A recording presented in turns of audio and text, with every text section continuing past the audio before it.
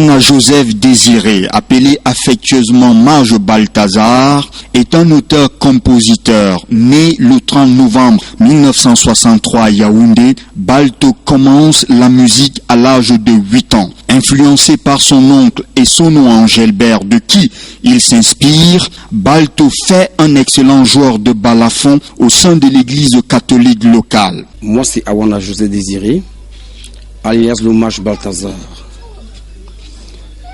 Je m'inspire de la musique dès mon bas âge, à partir de ma grand-mère et de mon oncle Son Angélbert, alias Mingama. Alors chaque fois que j'étais avec ma grand-mère, elle aimait beaucoup chanter et taper les contes.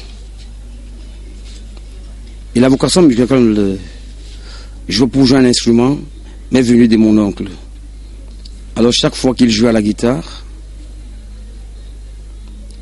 j'étais amoureux de vouloir jouer les tam-tams quand il jouait. Et c'est de là où je commence à taper les tam-tams, à fabriquer mes petits tam-tams.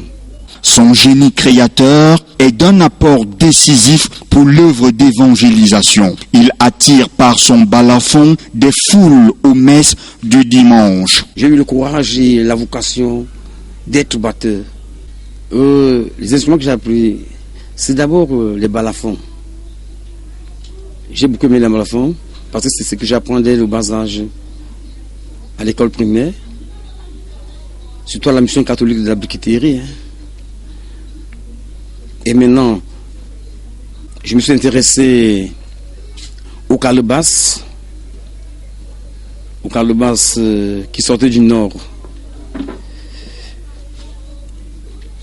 C'est là où j'ai créé donc ce groupe de Garaya. En 2008, parce que là j'ai aimé les calebasses, j'ai admiré les calebasses par rapport à Oumar Sangaré, que j'avais vu en Côte d'Ivoire.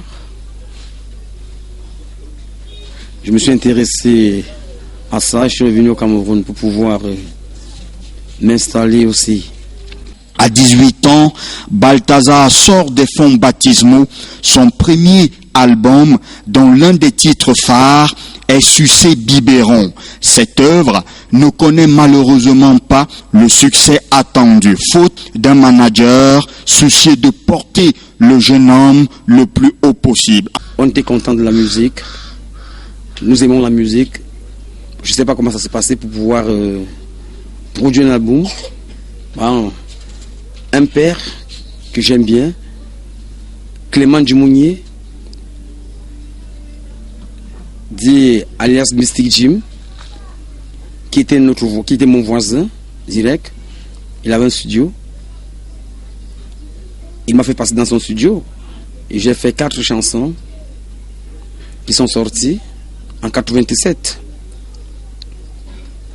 Bon, je ne connaissais pas comment ça se passait. C'est parti comme ça. Bon, je suis resté amoureux de la musique. C'est au fur et à mesure que je vivais, que j'ai grandi dans le monde musical, que j'ai commencé à connaître les réalités de la musique. Puis mon oncle n'étant plus là, j'ai commencé à me débrouiller tout seul avec des amis au quartier. L'hommage offre à ses fans un deuxième titre appelé Oyili Ekwan, par lequel il s'identifie comme un véritable observateur de la société à laquelle il appartient. En effet, Balto fait le constat que la société camerounaise est en proie au mercenariat, où les acteurs sociaux, dans leurs différents rapports, ne respectent pas leurs engagements. Ce titre ne connaît pas toujours le succès. La faute est à rechercher chez ceux chargés de vendre la bonne musique. Toutefois, cet insuccès est aussi le fait d'une société en déphasage avec la morale. Balto est donc dans ce contexte celui qui crie dans le désert comme Jean le Baptiste. Et en 92, je sors mon deuxième album, intitulé Un Yili Kwan, mais qui a fait semblant de prendre l'ampleur. C'est arrêté aussi, en cours de chemin, faute de ce que vous connaissez vous-même, pas de management. En 2006, après une courte tournée en Europe, Balthazar met encore sur le marché des titres révélateurs d'une grande sagesse et d'une grande culture sur la musique camerounaise.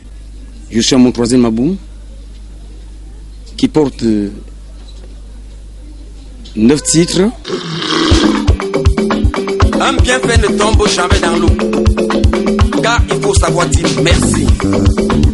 En bon entendeur, salut.